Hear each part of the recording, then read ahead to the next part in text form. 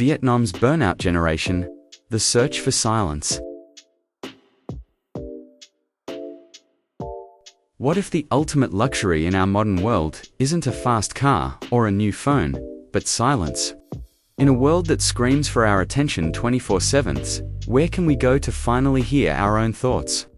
For a growing number of young people in Vietnam, the answer isn't found in the bustling cities they helped build, but in the quiet places they left behind.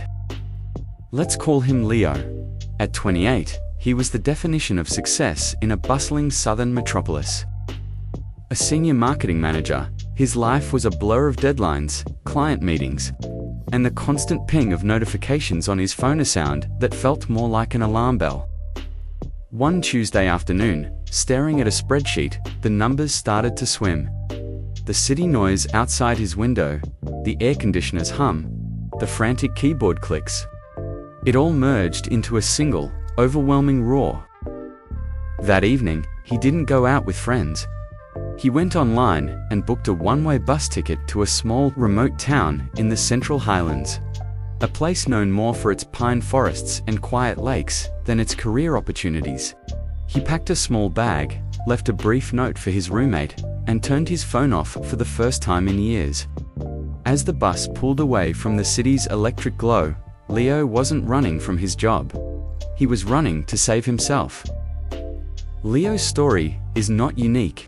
It is a snapshot of a generation caught in a paradox. On one hand, they are the beneficiaries of decades of staggering economic growth. They are educated, ambitious, and digitally native. But on the other hand, they are bearing the psychological cost of that progress. A culture of hustle, glorified on social media, has created an environment where rest is seen as weakness. According to surveys conducted by a leading national university, the anxiety and burnout rate among professionals under 35 has seen a significant spike in recent years. This isn't just about long work hours. It's about the pressure to be constantly available, endlessly creative, and visibly successful, all while navigating intense family and societal expectations. The escape to nature, this healing tourism, has become a collective cry for help. What Leo and his peers are experiencing is a classic case of burnout, but with a modern twist. Psychologists call it cognitive overload. Our brains were not designed to process the constant stream of information, notifications, and digital demands of the 21st century. The healing journey is, in essence, a forced digital detox. It's a way to quiet the external noise to deal with the internal chaos. This trend goes beyond a simple vacation. It reflects a search for mindfulness, the practice of being present in the moment.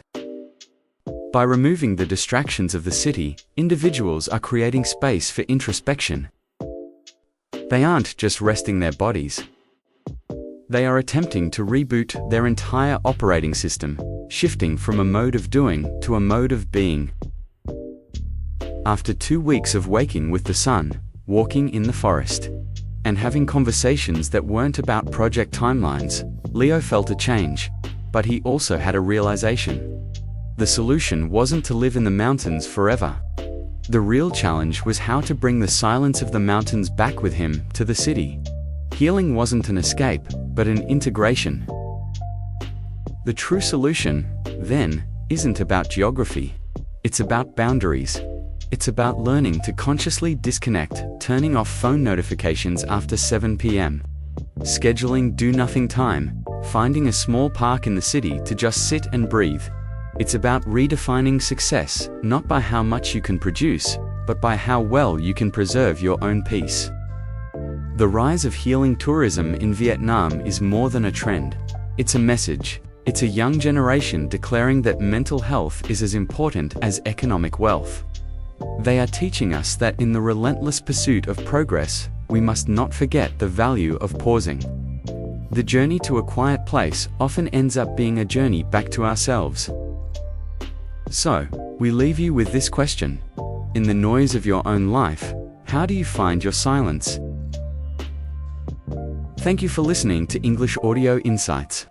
If this story resonated with you, please subscribe and share it with someone who might need to hear this message of peace and self-care.